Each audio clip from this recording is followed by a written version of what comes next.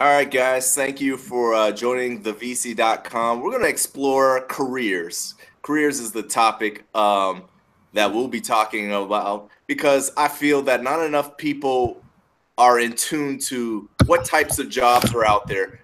Maybe you're in college trying to figure out what you're going to do with your life, between partying, or maybe, you're currently in a situation that you're not really happy with and you're looking to transition to a different career. And so we'll be talking about various careers in this kind of series that we're going to be doing. And today I'm joined by my boy Shane Howard, who is a teacher. So today's topic is, what does a teacher do? How do you become a teacher? What's the background? What's the salary expectations of a teacher? What's the day-to-day behavior of a teacher and the kind of things that they have to go through. So Shane, let's start with the basic question. You are a teacher, but what do you teach? What level of education do you teach? And what state do you teach? All right, well, that's a whole lot of questions. Let's see if I can answer every single one. Absolutely. I might go out of order. Well, I'm a teacher in Florida. To be exact, I teach in Hillsborough County, which is the 8th largest county in the United States in terms of school. Hillsborough School District and all of that stuff. It's the 8th largest. Doesn't mean that all the money is there, but we're 8th. I'm a science teacher currently, although I am certified to teach math and science in the middle school. Let's see, what else did you ask? I'm teaching 8th grade this term, this year, I should say. Though the previous 2 years I was teaching 6th grade science, I'm now doing 8th grade science, which has the added pleasure of the FCAT, or as they now call it, the FSA, which is the state standardized test that the students take. And what else did you ask me? All right, we'll stay there. That's good. Okay, so you're a middle school teacher in Florida, teaching science in the 8th grade, but it sometimes switches or you have taught in other grades and in other man, this is a lot. So okay, I didn't know that a teacher switched up so much, or at least switched up at all. I thought if you're a math teacher, you're a math teacher. If you're a science teacher, you're a science teacher. So let's get into our phone booth, if you know your Bill and Ted history, and let's jump back in time. Okay. So let's go to let's rewind a little bit to college. I assume as a teacher, you have to have some sort of certification. I assume that comes from college. So if you want to become a teacher, what is the bare minimum requirements? Can I be a high school level and teach at high school? Do I have to have a college degree? Can I get an associate's degree to do it? What are my prereqs before I can walk into somebody's classroom and start throwing down some curriculum? You're going to need your bachelor's. Minimum. You will need your bachelor's. Now, if you have your associates, you can go ahead and start substitute teaching. But to be a certified all by yourself in the classroom teacher, you will need your bachelor's at least. Now you can go ahead and go the route that many choose and go through college to get your degree in teaching, and have that option where you have the internship and you get that experience as you're doing your 4 years of school. That is not the path I chose. I went to college for something completely different. I went to school for journalism because I fashioned myself being the next, Marv Albert or John Madden. I wanted to be a broadcaster. Okay. You know, and while I was in school, I came to the realization that seeing what the broadcasters do on TV or on the radio, I was better at writing.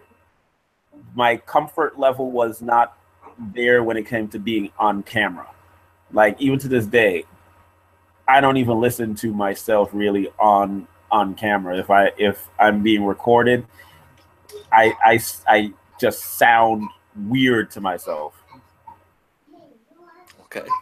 Yet you're in front of a class throughout the entire day And that speaking is why to kids. there's no technology used in class. You're not going to record me and put me up there on Facebook or YouTube or Snapchat or anything like that. That I can possibly be recorded and hear myself.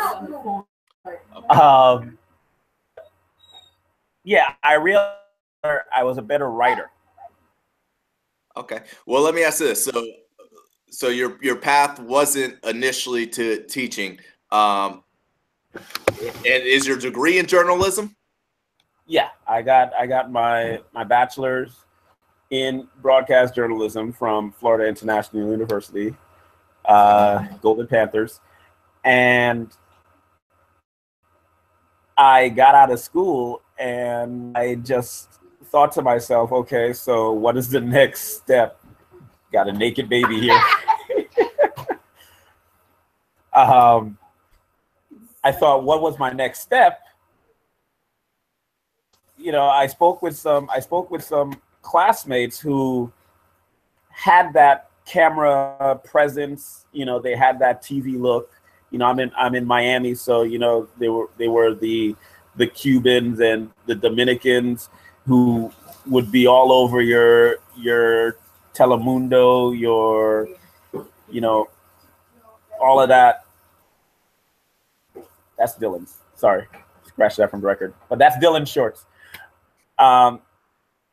So they got a job offer immediately over in Las Vegas. This is when the CW first came out. You know, after the UPN and all of that merger, the WB, the CW came about. Three of them, who I thought were the best three in my class in terms of on-camera presence and reporting, they were offered a job over in Vegas. And I asked them, you know, we all met up one day with the professor at Chili's, and we were talking, and they were, you know, saying what their salary was. And when they told me that they were making $1,000, you know, I'm just, and they're moving now. They're in Florida now. They have to move across the United States to Vegas, and right. They're making about 30,000. And I might be stretching it a little to say 30,000. Okay. First, the thing with broadcast journalism, or any journalism in that matter, is that your first gig tends to be in a smaller market. Right. Vegas is a pretty decent sized market, and they're making 30,000. I'm like, I'm doing a part-time job at the airport, and I'm making 24. Yeah. Okay. So I was just like, you know, I don't know. I'm not trying to go to some podunk town in North Dakota or something like that. So let me try to find another avenue. And so how did you come upon teaching then? Well, there happened to be another student who was in our class, and he mentioned that he had just finished getting certified in teaching. I asked him the process, and he said it was pretty simple. He put it was like, man, it's real simple. All you got to do is just, you know, put in the paperwork and take a test. Okay. I'm like, sounds easy. You know, I'm like, shoot, I enjoy taking tests, whether I fail or not. I enjoy taking tests so I can my aptitude. So at this point, I'm like, okay, let me look about this whole teaching route. And I was also looking at going into the police academy. So I did both tests around the same time, and I did pretty well on my police academy test. Like my score, according to the proctor there, or somebody I spoke to there, was like, man, you got a really high score, like, you know, a really good police academy score. Mm-hmm. You know, the next step would be for me to pass the obstacle course and all that stuff. And, you know, I'm at home and I'm like, okay,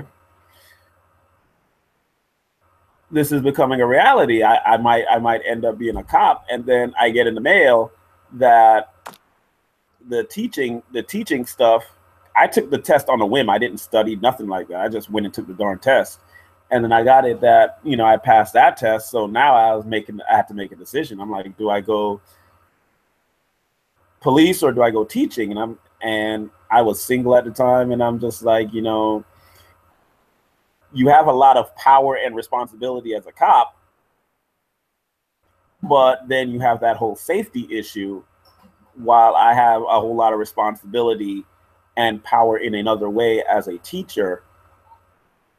And the safer in, you know, because I shouldn't be working at a school where kids are shooting at me. So I shouldn't. So I chose teaching, even though I had a cop friend who I would always see when I was working at the airport and the port in Fort Lauderdale, and he was hoping I went the cop route, but you went teaching. I went teaching. Haven't looked back since. How long ago was that? How many years have you been teaching? I started in 2007. I went on one interview. I got the offer, and I never went on another interview. So I jumped right into that job, and from there, you know, I didn't stay at one school my entire time, but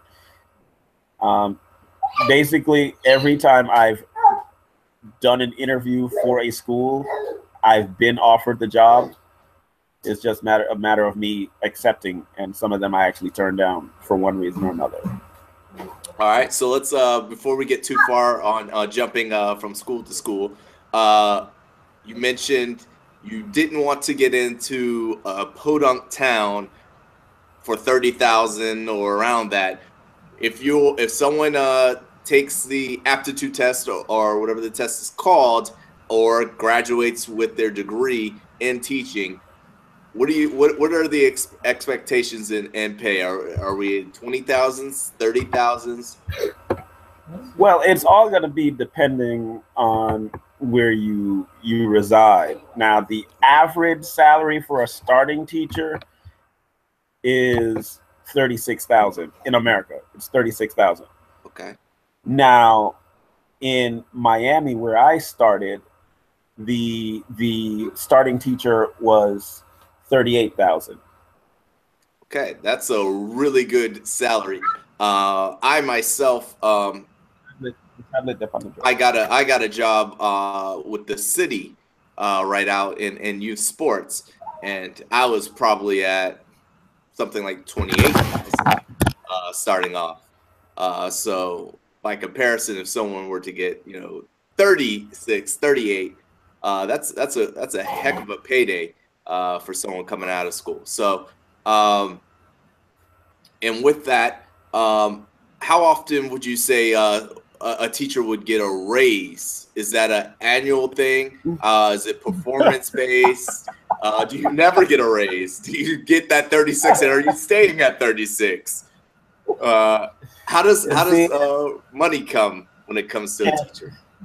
And this is where you then get into the point where people, who are teachers, cry about the fact that teachers don't get paid or don't get paid the amount that they're worth. Okay. Because while I got, while I started at that 38,000 down, you were supposed to be getting a slight raise every year. Okay. But when you look at the raise, your first year you'd make 38,000. Then year two you were going up $38,120. So you are making $120 raise. It's basically, it was pennies. That's not even cost of living raise, it sounds like. So, but okay, so fine, you're going to be increasing your salary, so you think, but then you have all these budget cuts and all these other things. Miami-Dade was on a freeze, so people's steps, that's what they call them, steps. So every year of experience, you gain another step until you get to 30, where you can retire. Okay. So every step you were supposed to be seeing a raise. There would be years where people's steps were frozen, but you would have 10 years of teaching still on like step 5 or step 6. Ooh. And they don't unfreeze and then jump you up those steps, do they? Sometimes, and when you are unfrozen, they might not even jump you those 4 or 5 steps. They might give you 2 more steps. Okay. So, when I moved to Tampa, they don't give you a raise every year. You work, and your salary is what it is for 3 years, and then on your 4th year, you gain $4,000. So if you're making 38,000 from year 0 to 3, year 4 you're now making 42,000, and you do that from year 4 to 7, and then another 4,000. Wow. So I wasn't aware of that in the teaching community there, and that's much different from many other places of employment in the world, where you would normally get something, maybe a 5%, 6%, or depending on if it's performance based, you may get much higher than that. So for the freezes and the automatic steps, that's unusual. Now they do give out like a type of performance pay. Okay. Obama had that whole race to the top deal where the teachers can get a performance pay based on how well students did on their state assessments. Okay. So if you're a science teacher and your school score in science went up a good percentage, and you're the reason for that success, then you're going to be getting a little one-time bonus. Okay. Okay. So there may be in some cases where you can get extra pay, but what about this? I have kids, and we just started the school year, so that's kind of a reason why we want to start with the teacher there. But once we met the teacher handed us 2 lists, one for the student and one for the classroom. And some teachers wrote that they could not ask for these things, but they needed these things. So it was implied that you should buy these things. I also know from experience that that teachers would have to purchase from their own pockets things, which again will go into the salary. Is that a common thing? Well, that is very true. Hold on, let me turn down my son's iPad 1 second.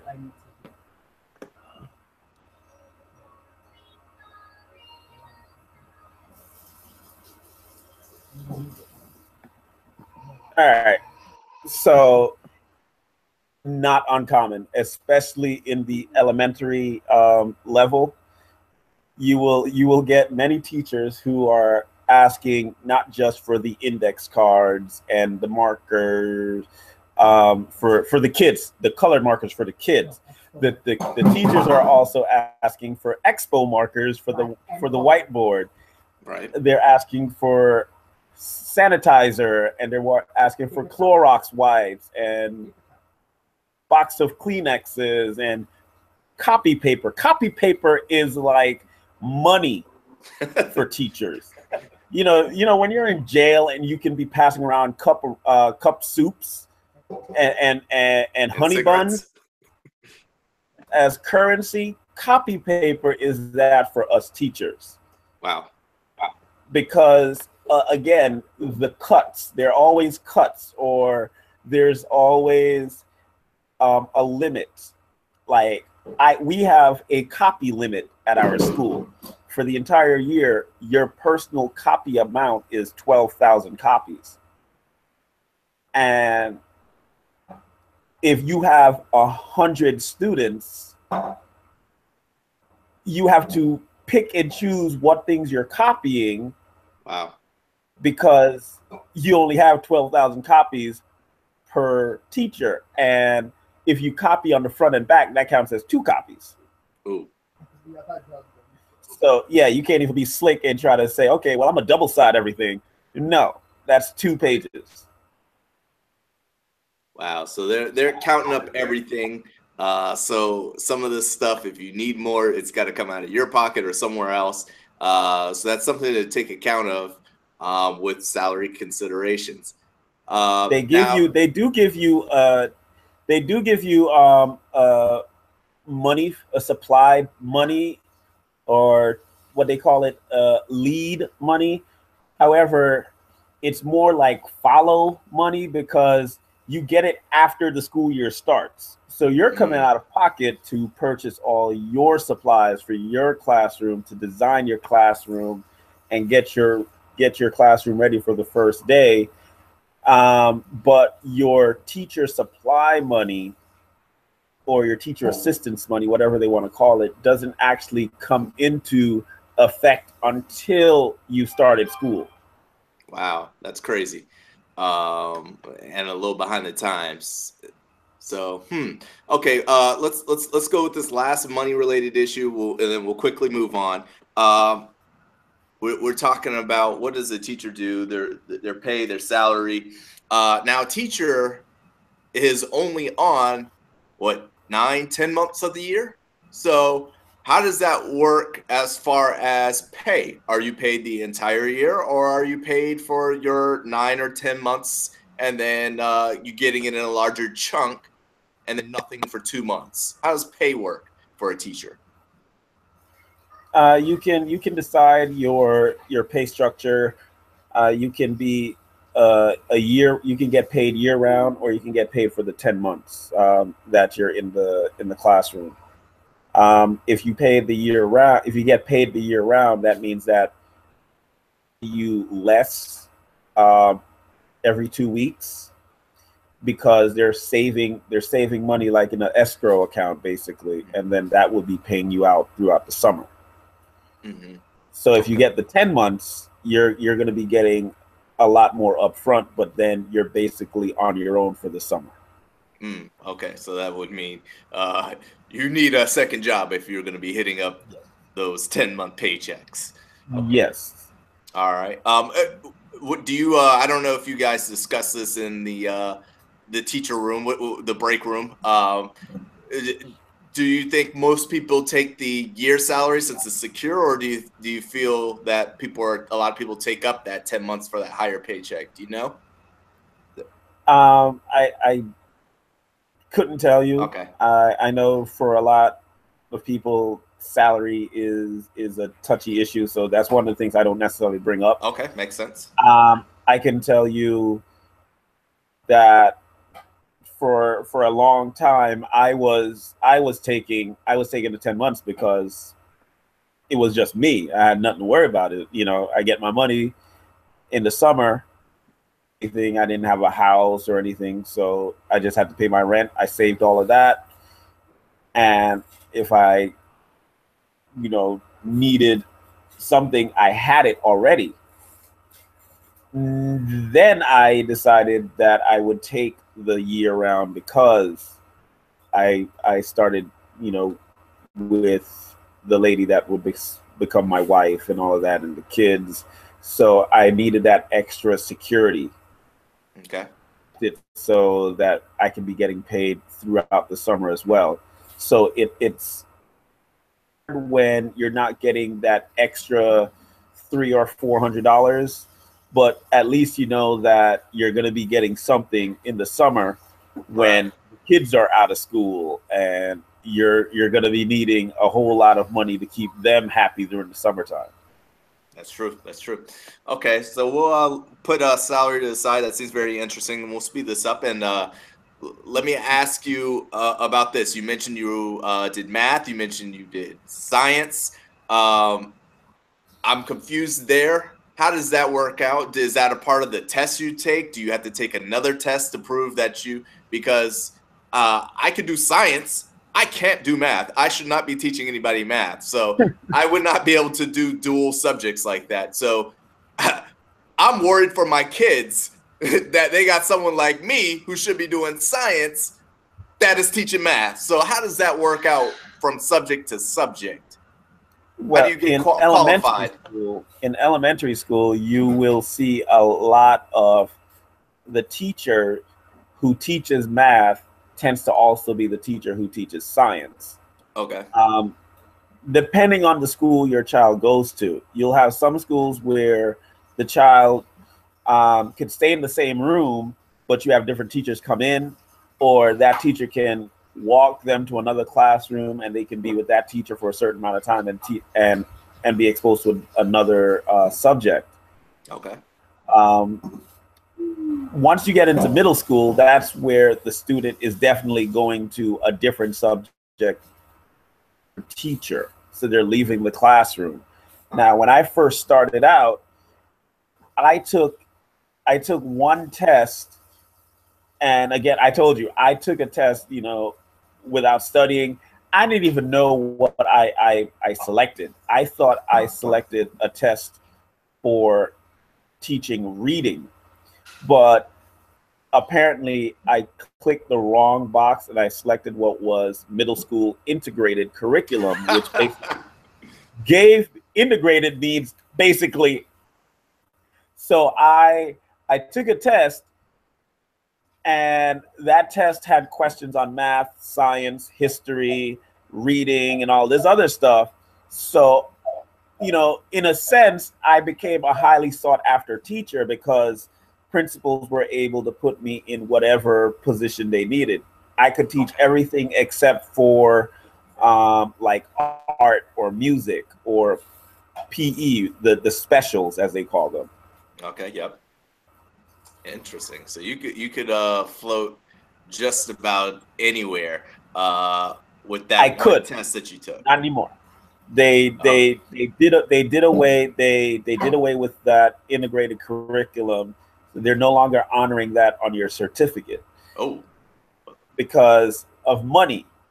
A teacher could do like me and go get that thing on their certificate, and then they can go ahead and teach math and science and all this other stuff. Now they want it where, oh, you want math on your certificate? Go take the math test. That's $220. Oh, you want science on your thing? Go take the science test. Another $220. So did you have to retake test and shell out those $220? I surely did. Wow. So yeah. Does So your that's school compensate you for that because they want you as a teacher? you no, sir. No. Because I mean, in my line of work, if I'm currently at that position and they want me to get a certain skill set, they would pay for that. But in the school system, no, sir. No.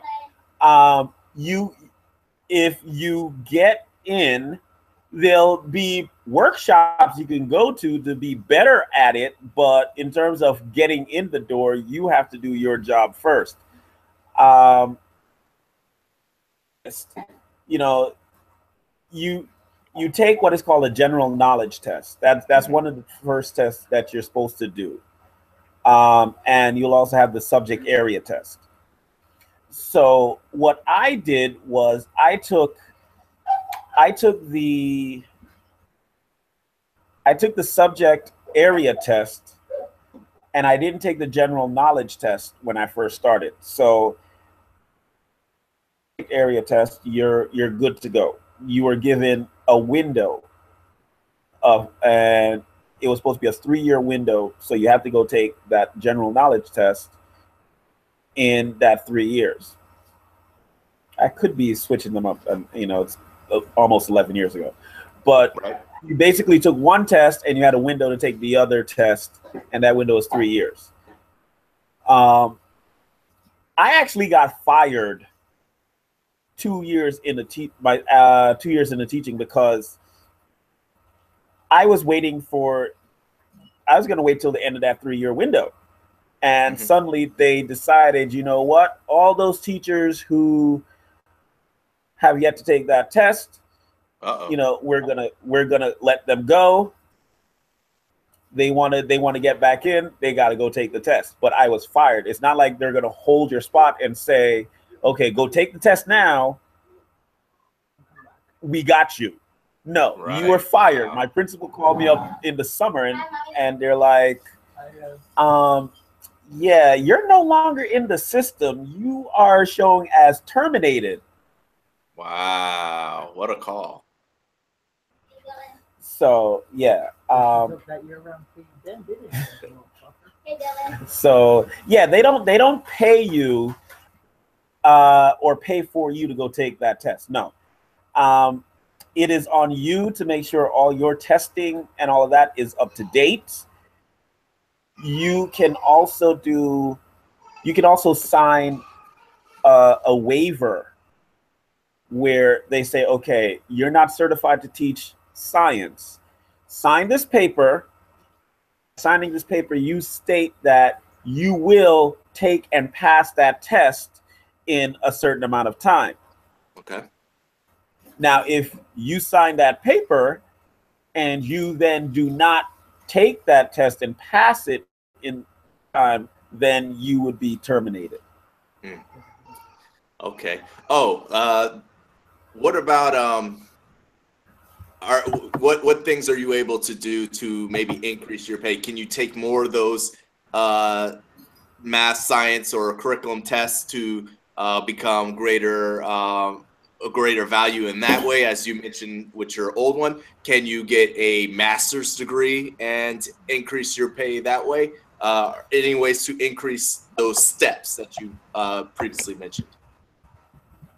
Okay, if you want to increase your pay, then depending on where you are, you would need to go ahead and try to get your master, and that can get you a little bump in pay. Now, I don't have my master's, and what I believe is it's not like it's going to be following you for the rest of your career teaching. I think your master's gives you a bump for a set amount of time. Oh, wow. But honestly, the best way for you to increase your pay if you're trying to stay in the education field is to get your degree and move out of the classroom. To a different field, you're saying? Well, no. He's like, quit teaching and go. What do you mean? Clarify that for me. As in, go back to school and get your master's in ed leadership, for example, education leadership, so that you could be an assistant principal or a principal. Okay. Or perhaps go back to school and get your stuff so you can be a guidance counselor. It's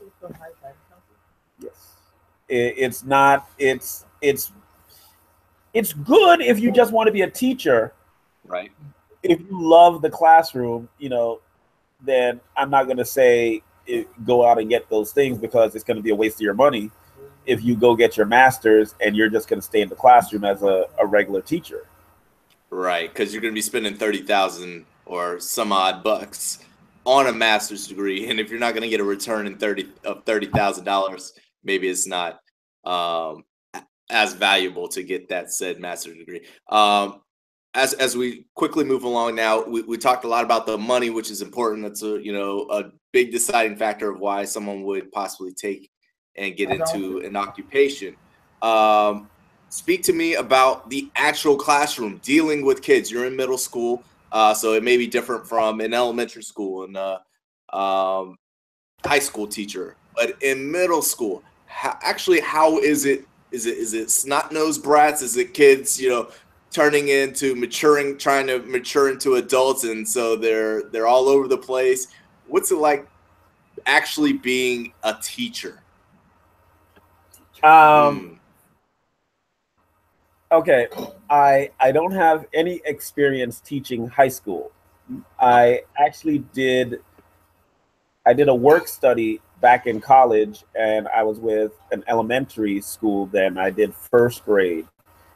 And those kids were awesome, but really don't have the patience for little 5 and 6 year olds. Right.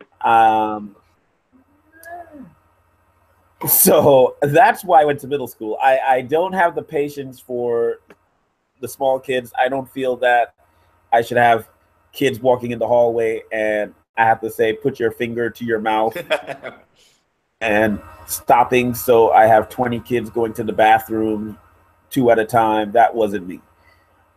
But I also knew high school was not my route because my mouth would write checks that my fist probably could not, cash when it came to football players, for example, because these kids now are pretty some big boys. Right. I was not trying to be held accountable for the star player not playing because he's failing my class, because Mr. Howard, I don't give you Fs, you earn your Fs. So I went to middle school because I felt middle school was the perfect area, and I listened to pretty much the same type of music they would probably be listening to.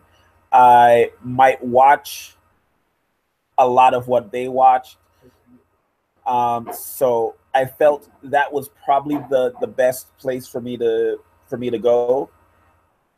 And honestly, there are some bad apples, if you want to call them that, but it's all up to it's all on the teacher. If you're a teacher who the students respect and you understand them and understand how they work and how they, their quirks and all of that, right, then it's not as bad dealing with all the behavior issues. I'm not going to say that I go every year without having,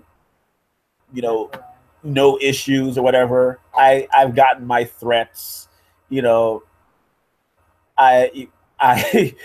had the kids curse at me and disrespect me and all of that, but for the most part, I'm happy if I have only cases where the kids are just not trying to hear what it is I'm trying to say, whether it's school related or life related. Okay. That's very interesting, having to deal with other people's kids on a daily basis. All right, so we'll end on this.